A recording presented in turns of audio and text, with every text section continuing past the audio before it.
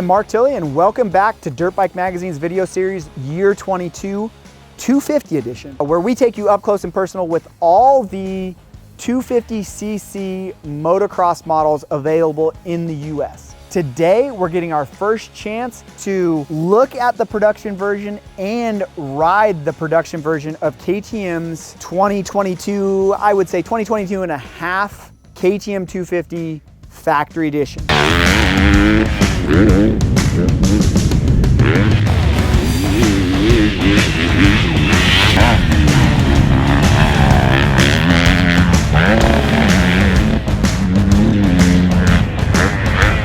This bike is completely brand new for 2022. It gives us a really good idea of what's going to come out for the 2023 model. KTM has gone completely back to a blank drawing board with this bike and the 450. And you could tell this bike was built all at once. It shares the complete frame with the 450. The engine has been designed to fit the frame so that now it doesn't just have a scaled down version or a modified version of what the 450 is. It has the same exact frame as the 450 and the engine has been worked around to fit.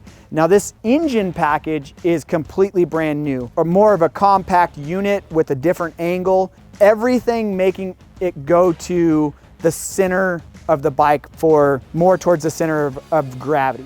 This bike has all new plastics, all new frame. The factory edition does come with triple clamps, wheels, front disc guard, anodized rear sprocket. So there is some stuff that we know won't show up on the 2023 model, but it is a very good version. This also has a gripper seat cover. There is new controls when it comes to doing the electrical stuff, like doing the map switch. It's now on the left-hand side. There's two buttons that make it really easy to go back and forth. And then there's a traction control button. And then now a new feature, which is the quick shift button, all on the left-hand side. And then the start and stop button is on the right-hand side. Some of that took a little bit of getting used to, but everything is really easy to use on this bike. They simplified everything. Everything has a streamlined package to it, whether it's the plastics and all the contact points for the rider, the new peg design, everything has a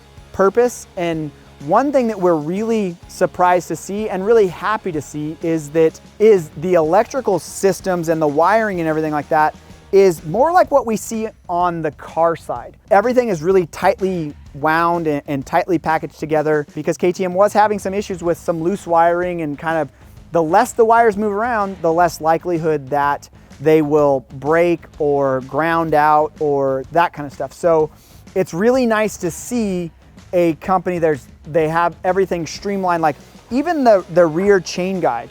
The rear chain guide kind of streamlines into the swing arm, and then there's cable guides to guide the throttle cables, and just a really good fit and finish. There's a lot of work you could tell that went into this motorcycle, down to the plastics and the rider cockpit. Everything was, like we talked about earlier, contact points for the rider and making it more comfortable for the rider. The seat has a different shape to it to be more comfortable for the rider. KTM did do a lot of research. This is a great idea of what's to come, and we kind of like what we see. Well, that's enough talking. We're gonna go ride this thing and then come back later and tell you what our first thoughts are.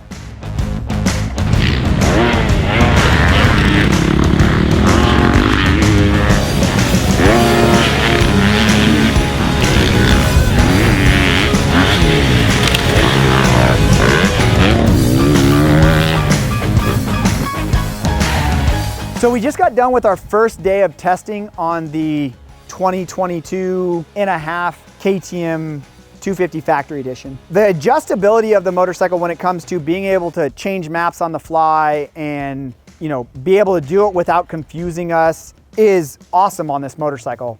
It's two buttons and you can change between two different preset maps. It does have the traction control and the quick shift.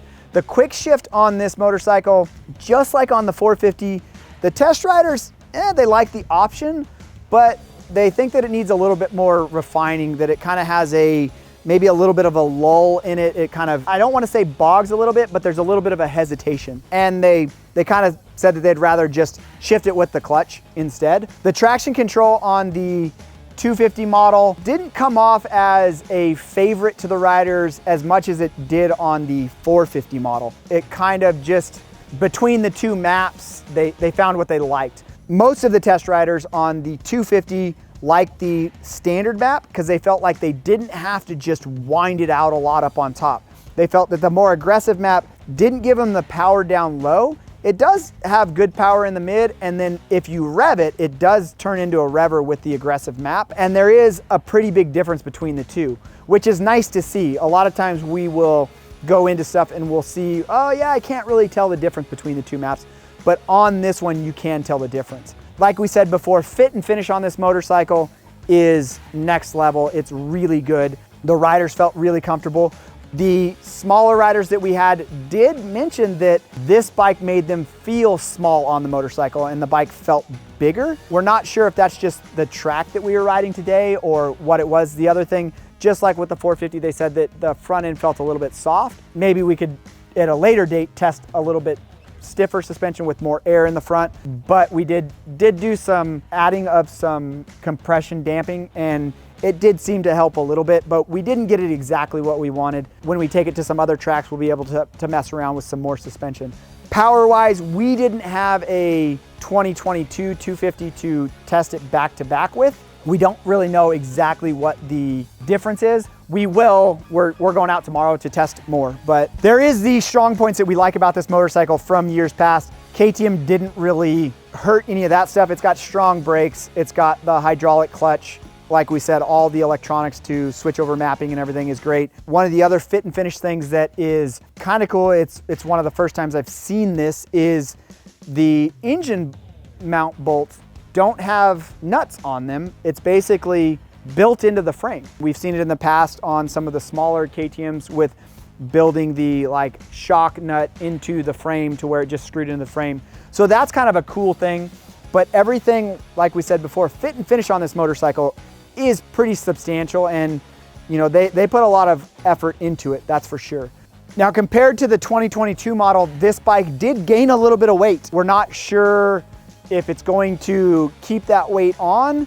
There is some stuff that's heavier, like the wheels and some of the guards and the skid plate, the triple clamps. That stuff is heavier than what comes on the standard models. But we're not sure if it's going to keep that weight on when the 2023 model does come out. On this model, it has the aftermarket wheels and the triple clamps, but we're not sure if that is going to stay on for 2023.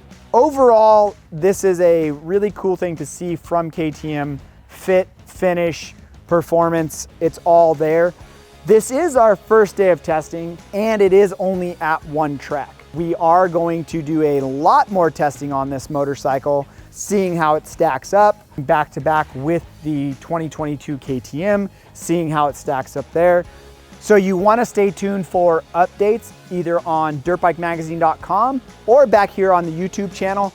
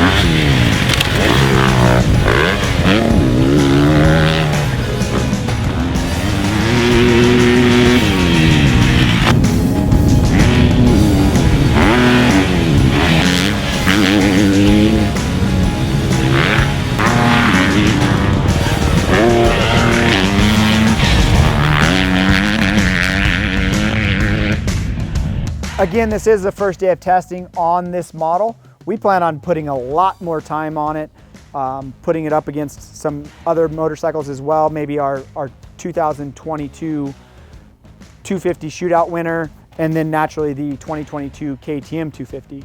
If you got a little bit more time on your hands, you want to check out some of those 250 motocross model videos, hit the video thumbnail now. And as always, don't forget to head over to dirtbikemagazine.com for the latest motocross and off-road industry news.